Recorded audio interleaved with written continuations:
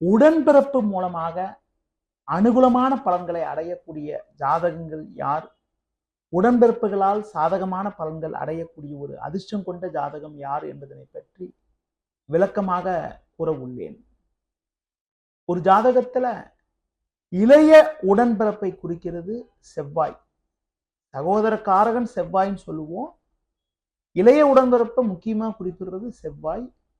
மூத்தவங்களை குறிக்கிறது குரு, சூரியன் போன்ற கிரகங்கள்னு சொல்லலாம். சூரியன் தந்தை காரகன் சொன்னாலும் வீட்டுல வயசு மூத்தவங்களை குறிக்கிறது சூரியனும் குறிக்கும். உங்களுக்கு ஜென்ரலா பொதுவா சகோதர காரகன் செவ்வாய். ஒரு ஜாதத்துல செவ்வாய் ஒரு ஜாதத்துல நல்ல இடத்துல இருக்கிறது நல்ல சிறப்பு. செவ்வாய் உங்க ஒரு ஜாதகத்துல உங்களுக்கு பாத்தீங்கன்னா நட்பு கிரக சேர்க்கை பெற்று இருப்பது. நட்பு கிரகன்னு சொல்றது சூரியன், சந்திரன், குரு போன்ற கிரக சேர்க்கை பெற்றிருப்பது. ஏன்னா சுக்கிரன், புதன் சேர்க்கை பெறுவது கூட ஒரு சில அனுகூலமான பலன்களை உங்களுக்கு கண்டிப்பா உண்டாக்கும்.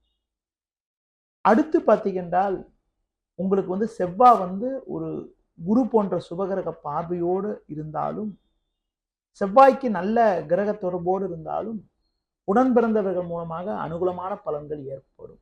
ஜாதகத்தில் லக்ன பாவத்திற்கு 3ஆம் இடம் என்பது இளைய சகோதரத்தையும் 11ஆம் இடம் என்பது மூத்த சகோதரத்தையும் குறிக்கும்.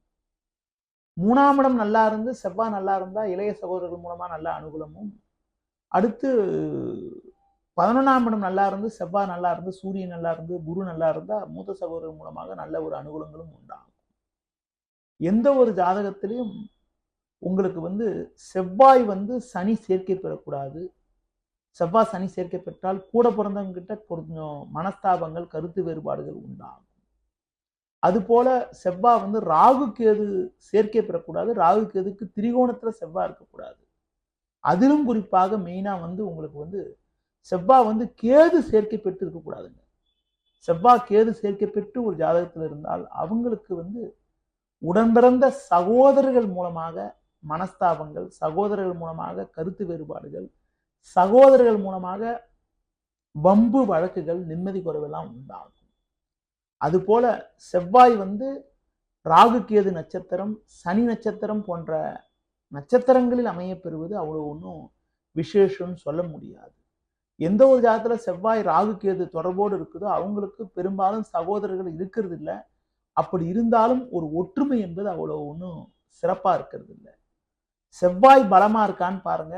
செவ்வாய் பலமா இருந்தா சகோதரர்களால் அனுகூலங்கள் இருக்கும்.